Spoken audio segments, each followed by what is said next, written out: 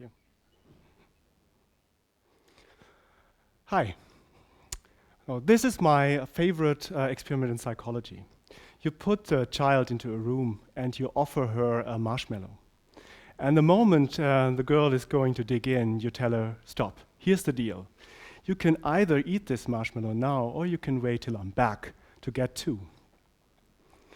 Here you can see pictures of children willing themselves not to touch, not to even look at the marshmallow, with more or less success.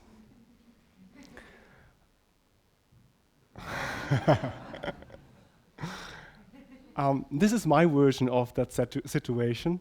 My vice are chocolate bars rather than marshmallows, but the rest remains the same. So you offer me a bar now or two tomorrow, I have a hard time to resist now. At the heart of this is what's called temporal discounting due to the uncertainty of the future.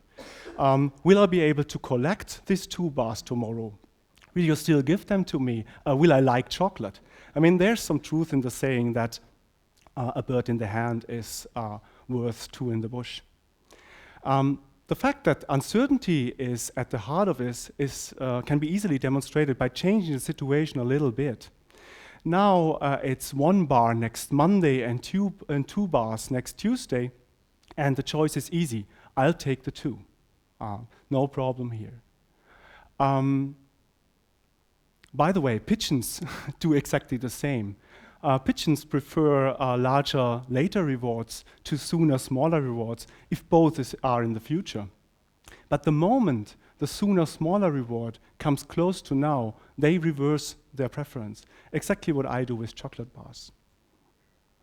Now in the real world, it's very rarely about 1 bar versus 2. It's much more complicated. It's about chocolate versus, for example, your future health. While future health is certainly something desirable, it's also very, very vague, abstract, very uncertain. And it even gets more complicated if it's about chocolate versus avoiding future waste, because now even other people play a role. And while all this is very complicated, it also already touches at the important topics we normally have when we talk about persuasion. We all want to eat less, do more sport, go out more often with our friends, save energy, save water, you name it. We all want to do that. And this is normally the target of persuasion. The problem with persuasion is that it's mostly about arguments. So let me give you an example. Let's say I want you to save some energy. So the first thing you're going to do is to ask me, why? Why should I do that? So I will line up some good arguments, stop global warming, think of future generations and stuff like that, and eventually you're convinced. So the next question will be, but I personally, do I waste that much energy? So I give you feedback on your energy consumption. Oh, what a shock. And now you really want to do something about it. So you ask me about strategies, and I just tell you the obvious. Switch off the light a little bit more often and avoid standby. And now you're persuaded. But the problem just starts now, because now you have this problem of switching off the light and avoiding standby each and every day, over and over again. Something that was basically persuasion now turned into a self-regulation problem. And the technologies and the ideas we have, they don't treat that much. They don't address this problem properly. What could we do? What could we possibly do? And I'm working in industrial design, so I personally believe in the power of objects to shape our behavior through its interaction. This is Sella. And Castiglione said about it, he designed it for using at the payphone. And he said when he's at the phone, he wants to do something in between, sitting and pacing. So he invented this stool and invented also a new behavior. We don't know all his intentions, but it's easy to see that this could also be a self-regulation tool.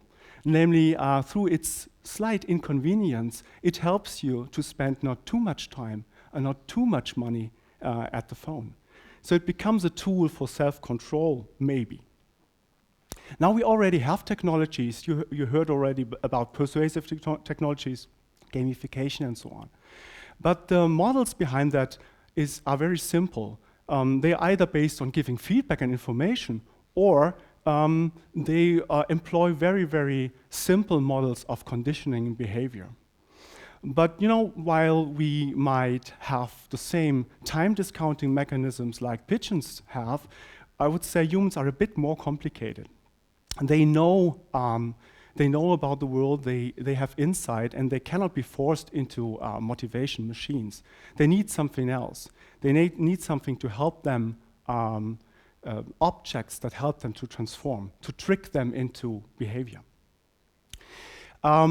Now, I'm in design, so the good thing is designers could possibly do that, but they can't. Unfortunately, they socialized in a culture of making things convenient and simple. But with an aesthetic of convenience, you will never instill change. What you actually need is rather an aesthetic of friction. You have to instill friction. And I'd like to show you 4 projects from our lab to give you a first idea how this aesthetic of friction looks like and what might be important.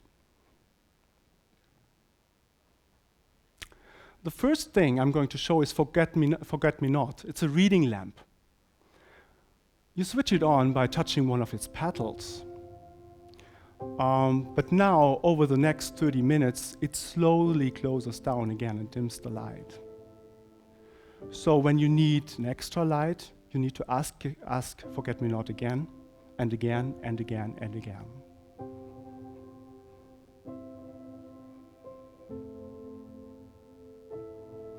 It makes a clear statement, light is not endless, and you have to politely ask about it if you want it. The next object is a real temptress. It's the chocolate machine. The chocolate machine has this habit to throw chocolate bars onto your desk, and you can put it back. And every time you put it back, you resist. It's an act of willpower.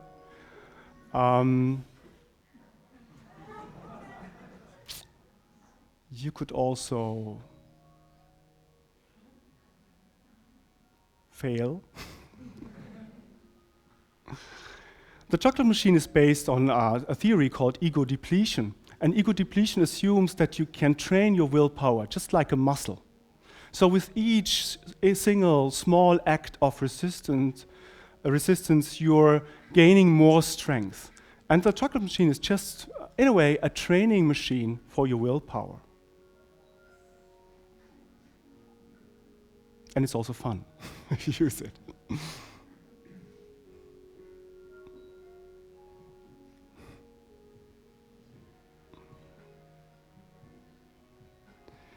The third object is Do Panic. So Do Panic is about desktops, and it now and then suggests that you should tidy up your desktop a bit. It just displays a visual aid to prompt you in rearranging the stuff that is on your desk. And people take that up very, very nicely. You display something on the, you project something on the desktop, and they take whatever they need. Done. Yeah. But sometimes we all know that when it's about self-control, we don't have the strength. We can't gather ourselves, the energy, and then you press the panic button. And you have some relief from the mess for a while. Not too long, but you can have your break without tidying up. The last object is the brooch. The brooch records 30 seconds of low-resolution video and audio when you chink glasses. You know what you do when you have a toast. And if it doesn't record these social moments for a while, it starts to play the last back, to remind you of what is really important in life and to go out and meet your friends. So these are 4 objects I'd like to show you, and I'd like to develop this aesthetic of friction along these 4 objects. All 4 create particular situations for action, but they do so in a very particular way. First of all, and that is important, they take on a position. So the forget-me-not clearly says that my natural state is closed, and if you want to have light, you need to ask me about it, and you have to do it over and over again. The chocolate machine places some value on self-control and learning self-control. Do panic places some value on order, and the brooch places some value on meeting your friends and being social. So they all take on a position. They're not neutral. They are no monitoring devices. No. They are rather comments on your behavior, on comments on what you are doing. They also cause trouble. I think it's a bit inconvenient that forget-me-not closes itself all the time and you have to ask for light over and over again. But that's how they are, you know? They want to make trouble. They don't want to help you. They are not convenient. They don't do things for you.